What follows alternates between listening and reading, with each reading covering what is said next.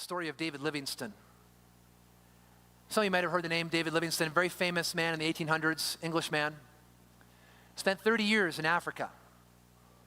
A great explorer, mapped up as he crossed Central Africa from one ocean to the other.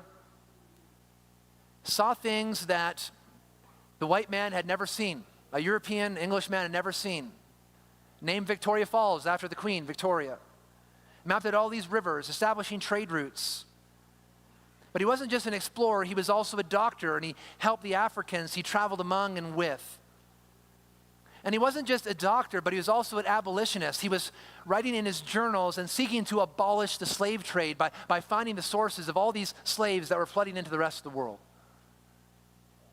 He was one of the men who were instrumental in trying to defeat the lie that those from Africa were somehow inferior to those in the West. No, there's nothing of an inferiority between those here in Africa.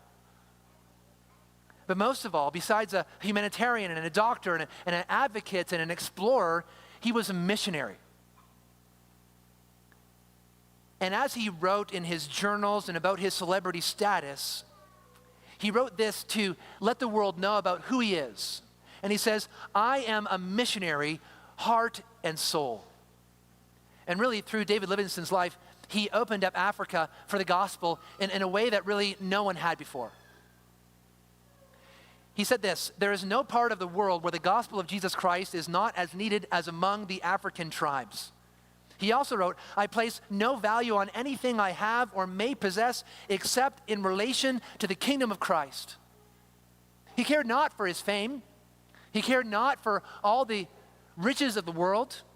He cared not for all of his exploits of exploration and the healings that he did as a doctor. Seeing the slave trade eventually come to an end. None of that was what he was really motivated by, but it was for the kingdom of Christ. What was interesting is some said to him, Mr. Livingstone, you've made a great sacrifice. You spent 30 years.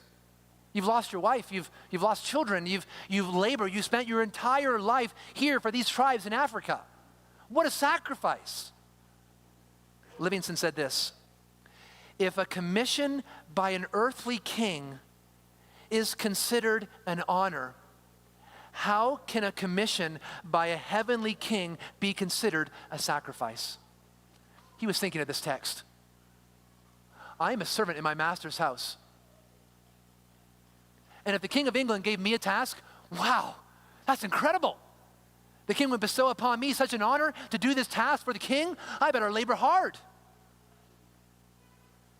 And he says, I'm a servant of the King of all kings and the Lord of all lords. The Most High God has given me a commission. What an honor. This is not a sacrifice. This is a privilege. Others thought of Livingstone as a great man with great ability.